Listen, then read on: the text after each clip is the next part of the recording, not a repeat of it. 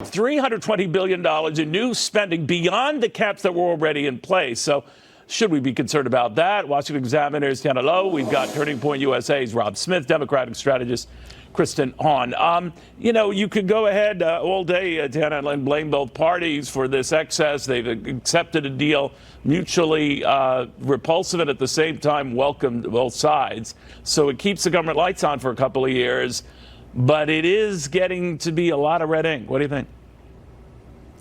No one's looking at the fundamental feature of our future projected spending that is contributing to, what's amounted to be an extra $16 trillion of a deficit budget in the next decade.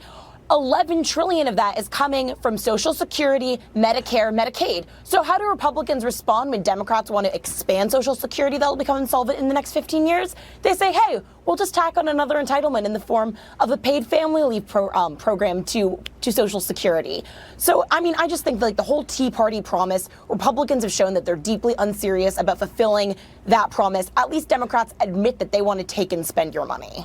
Well, Rob, we're at the point now where we're looking at trillion-dollar deficits, not only this year, but next year, likely the year after that. It's going at a pace that now exceeds that of the prior administration, and this president has been bashing that administration for accumulating debt. It does seem to be sort of like a bipartisan bent here. What do you make of it? Well, I'm really glad you said that. For me, I guess I look at it very positively. Everything is so polarized. Everybody's arguing back and forth. I love it when people can come together to do something, even if it does mean spending massive amounts of money. I understand why people on the left are mad about this. I understand why some conservatives have some pause. But when I look at what's going on here, I really look at two things. As a veteran, I will always be a major proponent of defense spending. And when you think about the defense spending, everybody thinks about, making the fighter jets stronger and the tanks and all that stuff, but it's really supporting not only our veterans, but our active duty troops. The president actually talked to the largest group of conservative teams today in Washington, D.C. He brought up the spending that we're doing for the military, and he brought up something, the VA Choice Act. I don't think a lot of people know a lot about that. This is something that helps veterans get private care when they do not live close to a VA facility. So when we're spending money on this, I think that's a good thing. It's always a good thing to keep America strong. And the second really good thing about this bill is that it helps them reprogram funds for the border wall. If you've ever been to a Trump rally, if you've ever been to a Trump speech, if you've ever talked to Donald Trump supporters, they want that wall. And I think that if this bill passes, if it gets the votes that it needs, we will be able to get more funding for the wall as well, because he's going to have the opportunity to reprogram funds for the wall without restrictions.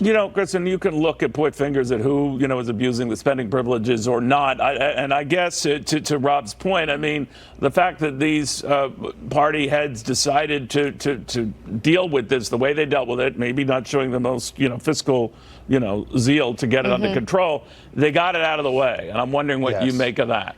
Yeah, and I think, a pox on everybody's houses, let's be clear about that, both Democrats and Republicans. It's really hard to rein in spending, and deficit spending is growing faster now than it ever has before. But we have to remember that a lot of this was about honoring the money, honoring our debts and the money we've already spent.